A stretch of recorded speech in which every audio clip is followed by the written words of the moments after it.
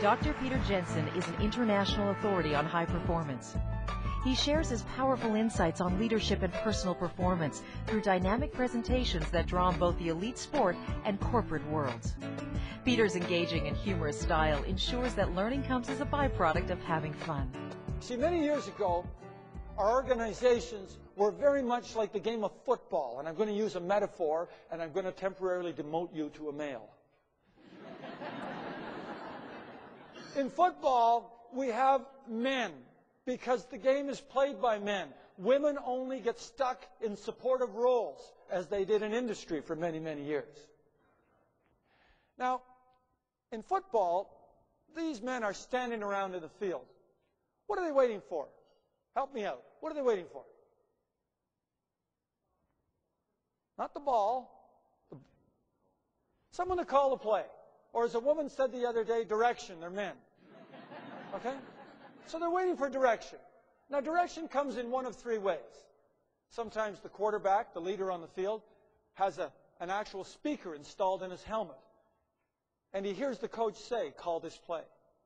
In another instance, he turns to the sidelines and looks, and a series of hand signals, semaphore, tell him what to do.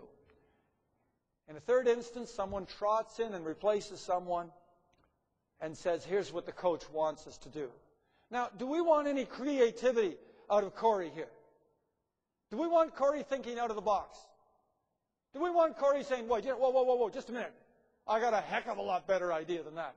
I mean, are they totally out of touch at headquarters with what we're doing out here on the field? No, I want him to do it the way it's diagrammed. See, football is about doing things right. There's centralized decision-making, very little flexibility, and very, very clearly defined roles. This is your job. This is the whole nature of it. It's very simplistic. Right? Now, the play's over. No one knows what we're doing next. Nobody. Okay? This is information on a need-to-know basis. And by the way, it also has something else we used to have. Time. Long planning periods, short action period. Lots of planning, then we act again. You see, this game is about doing things right. We film people. We sit them down on Monday morning. We show them everywhere they made mistakes. We don't play this game anymore. We play a game like basketball. And in basketball, which has always been played by men and women ever since its invention, you get the very best people you can get. But the roles are constantly changing. Who makes the decisions in basketball? Who makes the decisions? People on the court. The players make the decisions. Hopefully within the confines of our strategy. Here, we need people committed to two things.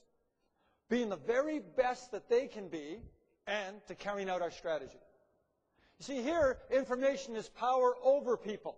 I release it on a need-to-know basis. Here, I have to push information right down to the floor because you can't play the game without the information.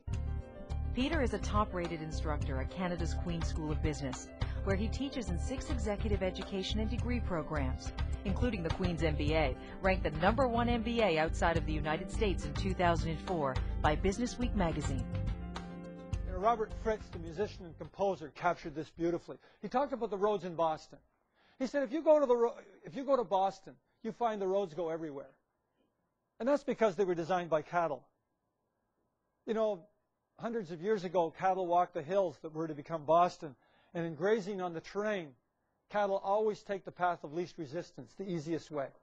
And so the cattle paths became the trails and the dirt roads and the gravel roads. And a few of them got paved and became the streets of Boston. And he said, you know, the only way to change what's on the surface, the roads, you have to first go underneath and change the supporting structure. If you don't blast out the hill, if you don't fill in the valley, then the easiest path stays right where it always has been. He said, we're the same way. The only way to change what we do out here in the world, our behaviors, in this instance, our coaching and leadership behaviors, is first of all go inside and change the beliefs that support the behaviors. If you don't change the beliefs, you can't change the behaviors. Last time we saw him, it just made us realize that we are going to the Olympics. Because we're in it every day, and we talk about it every day. It seems like, okay, I'm going to the Olympics. It's just like, okay, I'm going to the grocery store finally. And sometimes we forget. And not only to say it, but to feel it inside.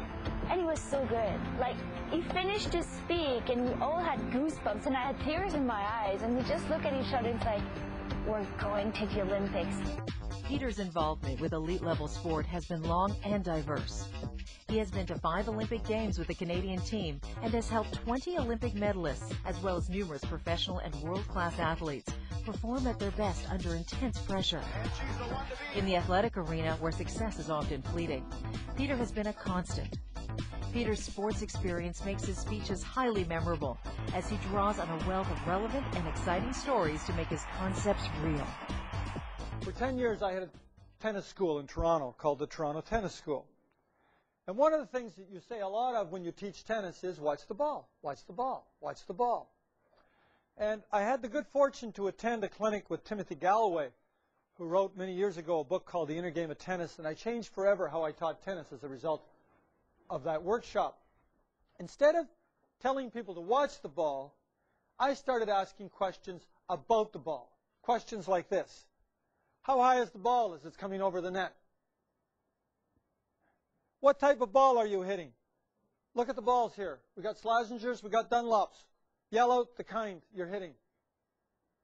Which way is the ball spinning when it hits the ground? Is it coming towards you? We call that topspin. If it's backing up, we call it backspin. Can you see the fuzz of the tennis ball penetrating the strings of your racket as you strike the ball?